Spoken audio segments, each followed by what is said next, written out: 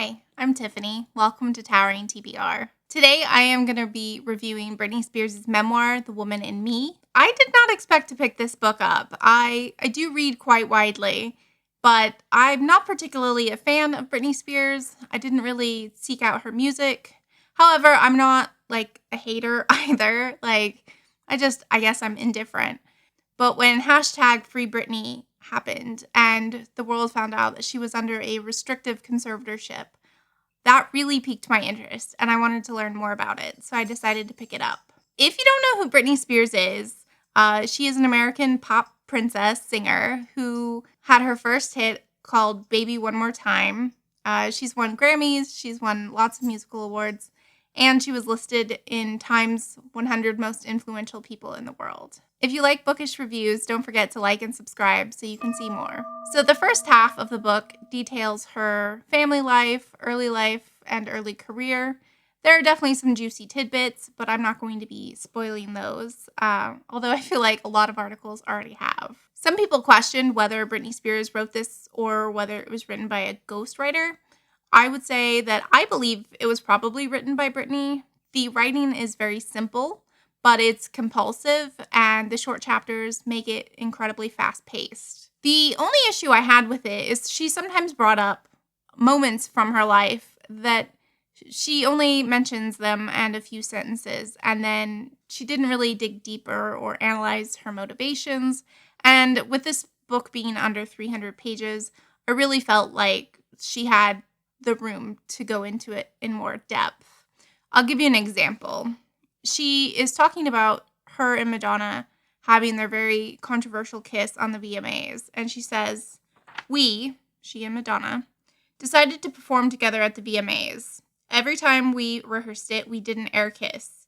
About 2 minutes before the performance, I was sitting on the side of the stage thinking about my biggest performance to date at the VMAs, when I pulled off a suit to reveal a sparkly outfit.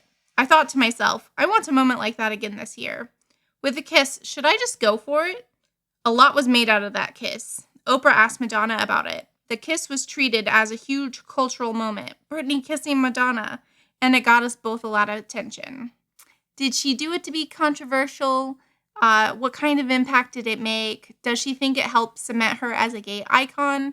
She doesn't really go into a whole lot of depth. However, because the conservatorship was my primary interest, I didn't mind that so much because the second half focused on that quite a lot. So about halfway through, she details the events that happened to lead up to the conservatorship. She had gotten married, she had had 2 small children, and was suffering postpartum depression. Her husband was leaving her, and paparazzi were hounding her. And in a fit of anger, she decided she's going to shave her head because she felt like she didn't owe the world pretty. So her dad, in league with a company who he owed tens of thousands of dollars to, decided to file for conservatorship to be in charge of her finances. He was not in charge of just financial decisions, but he had the ability to make medical decisions for her, as well as monitor who she was in relationships with. It was just absolutely lost basically all her rights. Oh, this book made me so angry. Like, at that point, she was definitely suffering and, probably wasn't making the best decisions and probably did need someone to step in and help for a bit.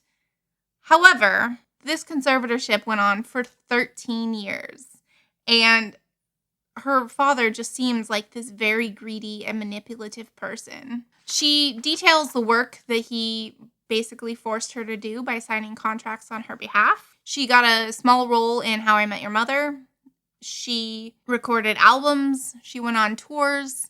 She did an extensive Las Vegas show, just to name a few, all while under the conservatorship where she was supposedly not able to make decisions for herself. If she was really that mentally ill, why would she not be focusing on recovery and getting rest?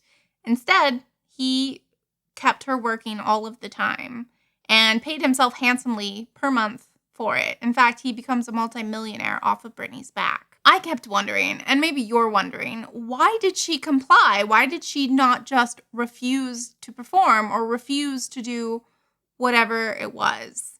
And the large part of that answer is her two sons. Not only did her ex use them basically as a bargaining chip, but so did her father. If she didn't comply and do what he told her to do, she was not allowed to see her sons. The few times she tried to rebel, they punished her severely, with the last time being an isolating stay at rehab for over-the-counter energy pills. It was during this stay that her fans started wondering where she was and what was going on, and hashtag Free Britney started while she was in this rehab. And she found out about it, and she credits them for giving her the motivation and courage to go back to court and fight this conservatorship. It is clear that her family are just heartless vultures. They used her like an ATM, getting rich off of her work. They took her money. They wrote books about her, went on talk shows. She says, "When I made the wrong move, it was like my mother wasn't concerned. She would share every mistake on television, promoting her book." She clearly has a lot of anger at her parents, as well as she should.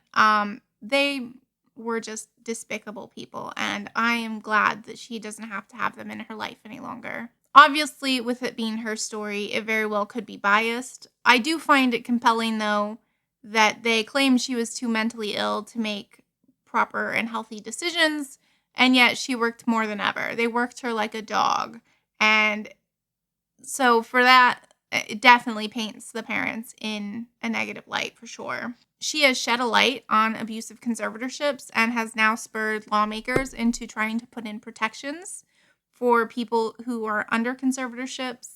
From this trauma, she now suffers from migraines, which I found really relatable. I definitely think this was an interesting and worthwhile read. Michelle Williams narrates the audiobook, all except the introduction, which Britney herself narrates. And I thought it was really well done, really compulsive, and just a fascinating story. This book has already sold over 1 million copies. Have you already read it? If so, let me know your thoughts on it. And if you haven't read it, are you now interested in reading it? I think if anything I said interests you, it would be well worth the read. Thank you so much for joining me. Bye.